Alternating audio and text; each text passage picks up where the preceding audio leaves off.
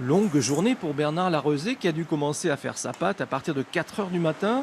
Une recette transmise par les générations précédentes dans cette famille de boulangers-pâtissiers depuis plus de 60 ans.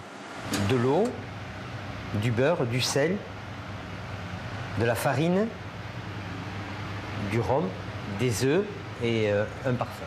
Un parfum plutôt secret, on n'en saura pas plus malgré notre insistance. Disons un peu citronné. Vient ensuite le grand bain pour les beignets qui prennent forme dans l'huile frémissante.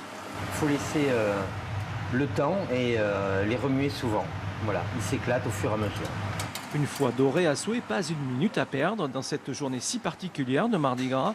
Isabelle prend le relais à la boutique. Une dernière petite touche sucrée sur les beignets, dodus et généreux, et pourtant tellement léger. Le beignet se présente comme ceci à l'intérieur.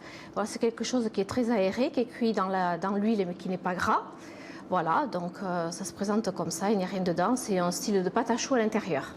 Autrefois, c'était les grands-mères qui les faisaient dans les maisons, mais maintenant, les gens viennent chez le pâtissier, se déplacent chez le pâtissier pour les acheter. Et donc, voilà, on les vend pas à l'unité ou par 7, 8, voilà. Pour beaucoup de clients, la saison des beignets a commencé il y a une semaine et se prolongera 15 jours de plus.